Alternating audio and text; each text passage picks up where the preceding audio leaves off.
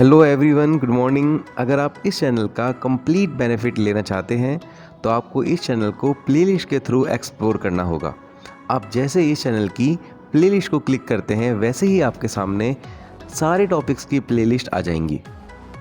मैंने यहाँ 10th, 11th, 12th class के लिए फ़िज़िक्स लेक्चर और साथ ही बीएससी बीटेक के लिए भी physics lecture and free PDF notes with experiments यहाँ मैंने अपलोड किए हुए हैं। Hello students, very good morning to all. कैसे हैं सब? और यह है हमारी क्लास 11 फिज़िक्स हिंदी मीडियम की लेक्चर सीरीज़, जिसमें हमारा लेक्चर है लेक्चर नंबर 9। और आज के लेक्चर में हम पढ़ेंगे ऊष्मागतिक राशियों की विमा। तो ऊष्मागतिक राशियों की विमा क्या होती हैं, इससे पहले हम पुराने जो लेक्चर्स थे, प्रीवियस लेक्चर्स थे, उनके बारे में कुछ बातें करते हैं। तो अभी तक हमने जो विमाएं पढ़ी थी वो थी यांत्रिकी की विमाएं। कौन सी विमाएं पढ़ी थी हमने अभी तक? यांत्रिकी की विमाएं। यांत्रिकी की विमाएं पढ़ी थी, यांत्रिकी विमाएं पढ़ी थी। तो यांत्रिकी क्या होती है?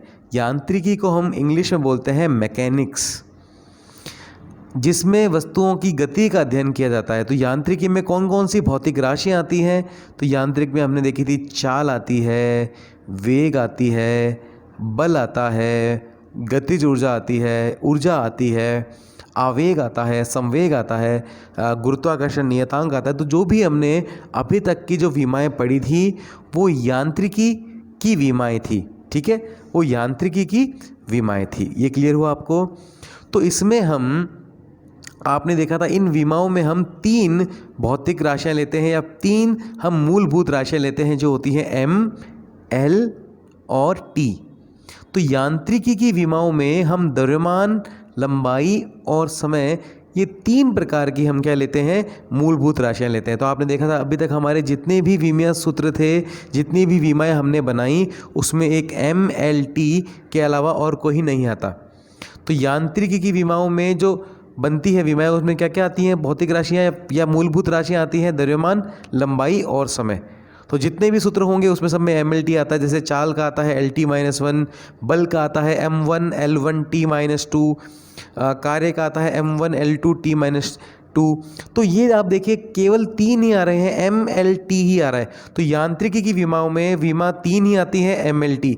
अब बात करते हैं हम ऊष्मागतिक विमाओं की। यांत्रिकी के बाद आज का हमारा टॉपिक है ऊष्मागतिकी की विमाएं। ऊष्मागतिकी, ऊष्मागतिकी क्या होती है? इसमें कौन कौन सी राशियां आती हैं? तो इसमें आती है ताप और ऊष्मा से संबंधित और भी राशियां, जैसे तापीय चालकता, ऊष्माधारिता, गुप्त ऊष्मा। इस तरह से बहुत सारी राशियां ऊष्मागतिकी के अंदर आती हैं। तो इसमें क्या क्या हम मूलभूत राशियां लेते हैं? तो ऊष्मागतिकी के अंदर हम द्रव्यमान लेते हैं, लंबाई लेते हैं L, समय लेते हैं T, और इन सब के साथ हम तापमान भी लेते हैं। आपको पता है मूलभूत राशियां 7 कितनी प्रकार की होती हैं? द्रव्यमान, लंबाई, समय, तापमान, विद्युत धारा, प्रदीपन तीव्रता और पदार्थ की मात्रा। ये 7 प्रकार की हमारे पास मूलभूत राशियां होती हैं। यांत्रिकी में हम कौन सी यूज़ करते हैं? 3 ही प्रकार की यूज़ करते हैं। और ऊष्मागतिकी के अंदर हम इन 3 के साथ साथ केल्विन को भी यूज़ करते हैं। समझ में आ गई? तो ऊष्मागतिकी के अंदर कितनी मूलभूत राशियां हम यूज़ करेंगे? 4। कितनी विमाओं के अंदर क्या क्या चीज़ें आएंगी? M आएगा, L आएगा, T आएगा और K आएगा। इतनी क्लियर हुई आपको बात? ओके। तो सबसे पहले आज की हम बात करते हैं ऊष्माधारिता। आज की सबसे पहले विमा की बात करते हैं हम ऊष्माधारिता। इसे एंट्रोपी भी कहते हैं। ऊष्माधारिता या एंट्रोपी, ये क्या चीज़ होती है? थोड़ा सा ध्यान दीजिए। ऊष्माधारिता, एंट्रोपी। ओके, तो आप ये बात दीजिए, देखिए कि ये एक पात्र है, ठीक है, इसके अंदर पानी भरा हुआ है। क्या भरा हुआ है? इसके अंदर पानी भरा हुआ है। ये पानी भरा हुआ है, ठीक है। अब हम इसको गर्म करते हैं। क्या करते हैं? हम इसको गर्म करते हैं। तो गर्म करते हैं, अभी देखिए ऐसे, ये देखो आग जला दी, गर्म कर रहे हैं। तो हम इसे जितना गर्म करेंगे तो इसको, इस जो गर्म कर रहे हैं तो उसको कौन सी ऊर्जा मिल रही है? इस पानी को कौन सी ऊर्जा मिल रही है? इस पानी को ऊष्मा ऊर्जा मिल रही है। कौन सी ऊर्जा मिल रही है? ऊष्मा ऊर्जा मिल रही है।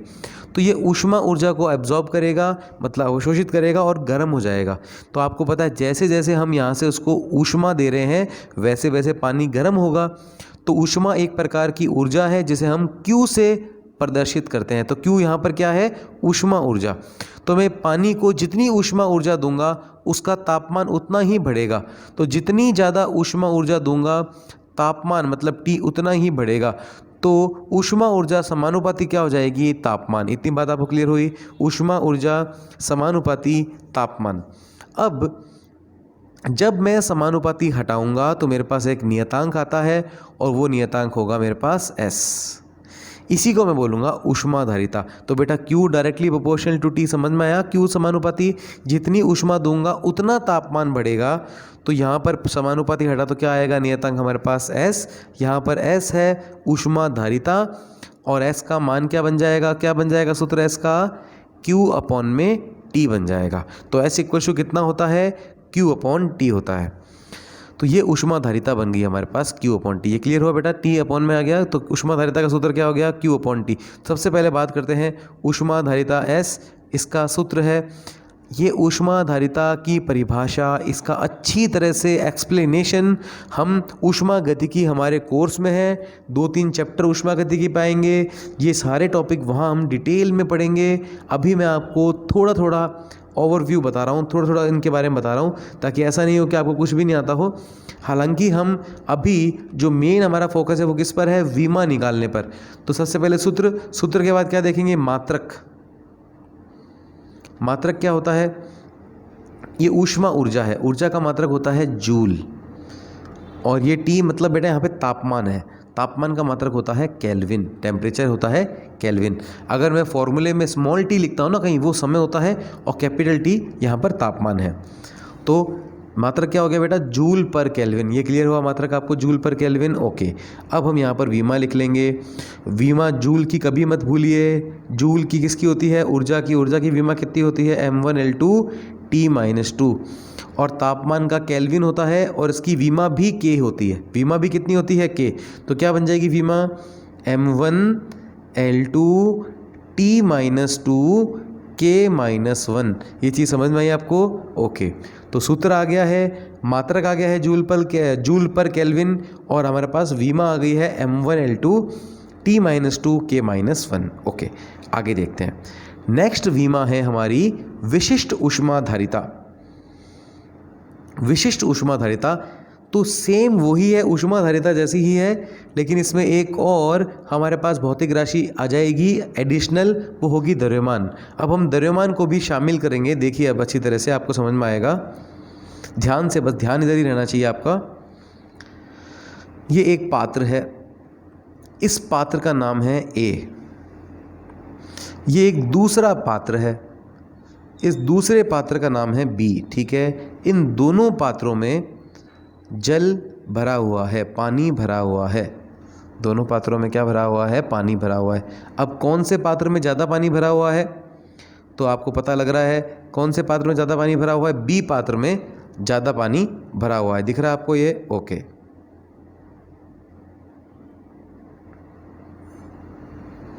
ठीक है। तो B पात्र में आप देख रहे हैं कि ज़्यादा, अरे शिट, कोई बात नहीं, फिर से बनाना पड़ेगा। मिट गया गलती से, कोई बात नहीं, गलती से मिट गया, वापस से बना लेते हैं। एक ये पात्र है और एक ये पात्र है। इस पात्र का नाम है A, इस पात्र का नाम है B। दोनों पात्रों में जल भरा हुआ है। इस पात्र में भी जल भरा हुआ है और इस पात्र में भी जल भरा हुआ है। ऐसे ये जल भरा हुआ है। ओके, इतना क्लियर हुआ? आगे देखो आप। अब बात आती है कि मैं इन दोनों को ऊष्मा दे रहा हूं, दोनों को ऊष्मा दे रहा हूं। अब एक बात बताइए, आपके पास एक गिलास पानी है और दूसरे केस में आपके पास एक बहुत बड़ा भगोना पानी है। आपने दोनों को गैस पर रखा, कौन जल्दी गर्म हो जाएगा?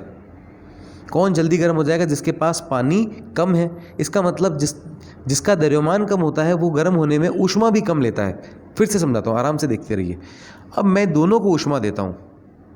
अब बताइए, दोनों का तापमान मुझे 100 डिग्री सेंटीग्रेड तक लाना है। इसका भी तापमान मुझे 100 डिग्री सेंटीग्रेड तक लाना है और इसका भी तापमान मुझे इसको भी उबालना है, ठीक है, दोनों को मुझे उबालना है। तो मुझे बताइए इसका द्रव्यमान कम है, इसका द्रव्यमान आप देख रहे हैं ए का द्रव्यमान पात्र छोटा है तो द्रव्यमान कम है, तो इसको गर्म करने के लिए मुझे ऊष्मा भी कम देनी पड़ेगी। और आप पात्र बी को देखिए, पात्र बी बड़ा है, इसका द्रव्यमान भी ज़्यादा है, तो मुझे इसे गर्म करने के लिए ऊष्मा भी ज़्यादा देनी होगी। तो किसको गर्म करने के लिए मुझे ऊष्मा ज़्यादा देनी पड़ रही है? पात्र बी को, क्योंकि पात्र बी का द्रव्यमान ज़्यादा है, पात्र ए का द्रव्यमान कम है, इसलिए ऊष्मा भी कम देनी पड़ रही है। इसका मतलब जिसका द्रव्यमान ज़्यादा उसके लिए ऊष्मा भी ज़्यादा, जिसका द्रव्यमान कम उसके लिए ऊष्मा भी कम। तो द्रव्यमान ज़्यादा, ऊष्मा ज़्यादा, द्रव्यमान कम, ऊष्मा कम, इसका मतलब ऊष्मा द्रव्यमान के भी समानुपाती होती है। और आपको पता है जितना हम ताप बढ़ाएंगे उतनी ऊष्मा बढ़ेगी, तो ऊष्मा तापमान के भी समानुपाती होती है। तो यहाँ से हमें ये क्लियर हो गया है कि ऊष्मा दो राशियों के समानुपाती होती है, एक तो द्रव्यमान और एक तापमान। तो यहाँ पर ये इतना आपको समझ में आ गया, मैं इसको रिमूव कर रहा हूँ। ओके, अब देखिए हमें पता लग गया है कि ऊष्मा दो राशियों के समानुपाती होती हैं, एक तो द्रव्यमान के समानुपाती होती है और एक तापमान के समानुपाती होती है। और जब यहाँ से हम समानुपाती हटाते हैं तो हमारे पास नियतांक आता है। इस नियतांक का मान होता है, इसको हम बोलते हैं विशिष्ट ऊष्माधारिता। इस नियतांक को हम क्या बोलते हैं? विशिष्ट ऊष्माधारिता। तो ये क्लियर हुआ आपको? इस नियतांक को हम बोलते हैं विशिष्ट ऊष्माधारिता। सुनते रहिएगा। यहाँ से हम C का मान अगर निकालें तो mt जा जाएगा अपॉन में, तो ये आ जाएगा Q अपॉन में mt। यहाँ पर Q है ऊष्मा, m है द्रव्यमान, T है तापमान। तो यहाँ से हम सबसे पहले निकालेंगे मात्रक, उसके बाद निकालेंगे विमा। तो C की वैल्यू हमारे पास कितनी आ गई है? C का मान आ गया है हमारे पास Q अपॉन में mt। सबसे पहले देखेंगे मात्रक,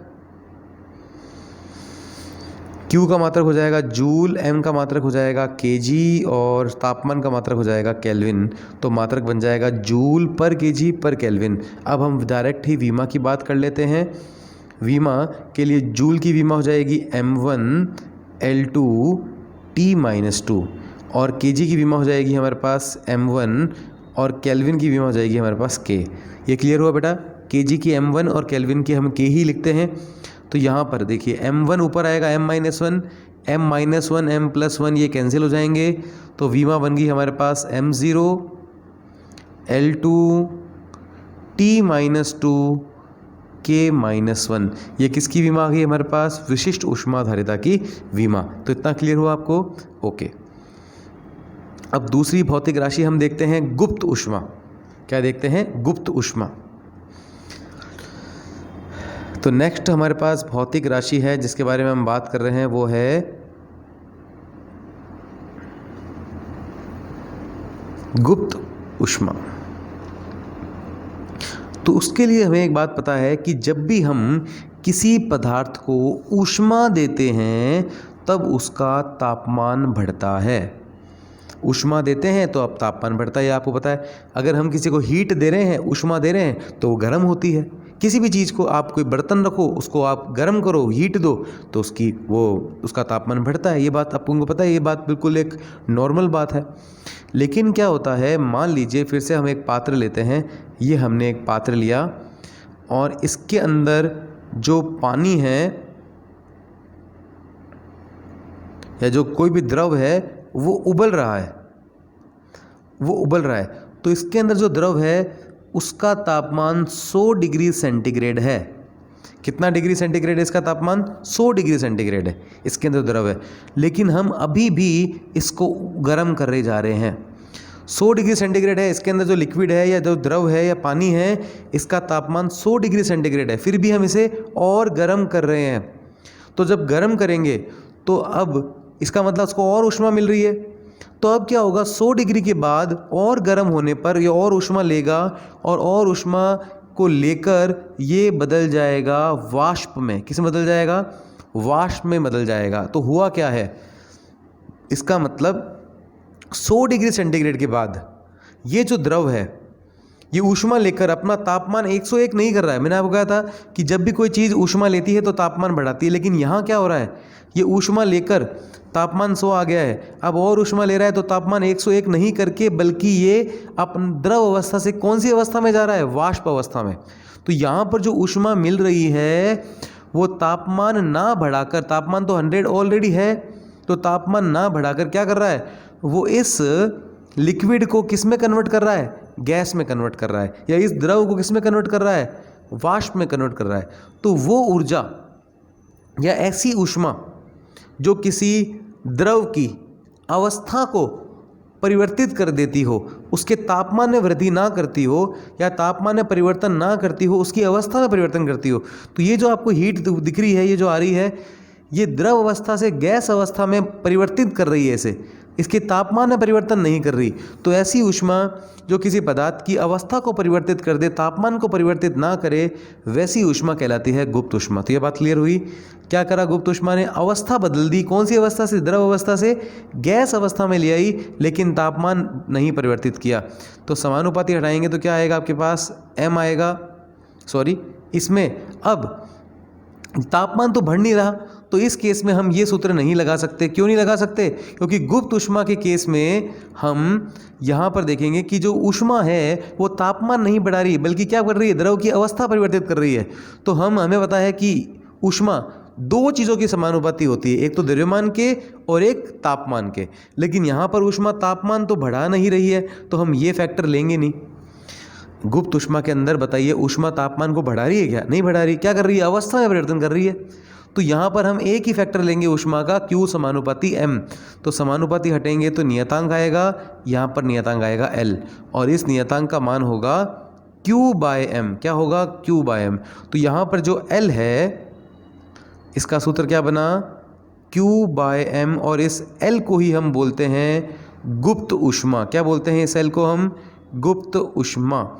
अगर इसके मात्रक को देखें तो Q का मात्रक क्या होता है, जूल, और द्रव्यमान का मात्रक क्या होता है, kg। तो क्या बन जाएगा, जूल पर kg। अगर हम विमा देखें तो जूल की विमा हो जाएगी m1L2T-2, और kg की विमा हो जाएगी m1 से m1 कैंसिल, क्या हो जाएगी विमा, L2T-2। तो गुप्त ऊष्मा की विमा क्या होती है, L2T-2, L2T-2। ये क्लियर हो आपको गुप्त ऊष्मा, ओके। तो आज की क्लास में हम केवल इतना ही करते हैं, बाकी करेंगे नेक्स्ट क्लास में। आज की क्लास से रिलेटेड जो भी डाउट हो आप मुझसे पूछें। अच्छा एक बात और, जो आज की क्लास में हमने जो विमाएँ करी ऊष्मा गति की, वो आपके अगर 11th NCERT जो सिलेबस है उसमें आती है, लेकिन बहुत कम इम्पॉर्टेंट है। NCERT में ही आपके लास्ट में ये सारी विमाएँ दी हुई हैं, लेकिन ये बहुत ही कम आती हैं आपके एग्ज़ाम में। कौन सी आती हैं, जो हमने पिछली क्लासों में कर ली वही आती हैं। ये जो आपको मैं आज करवाई है ऊष्मागतिकी की विमाएँ, ये आपके कंपटीशन के लिए बहुत इंपॉर्टेंट है। जैसे आप नीट का, जेईई का जो भी एग्ज़ाम देते हैं तो उसमें उसके लिए बहुत इंपॉर्टेंट होती हैं, ठीक है। तो यही बात है, जो भी आपको डाउट हो कमेंट में आप पूछ सकते हैं। तो आज की क्लास में केवल इतना ही, बाकी करेंगे नेक्स्ट लेक्चर में।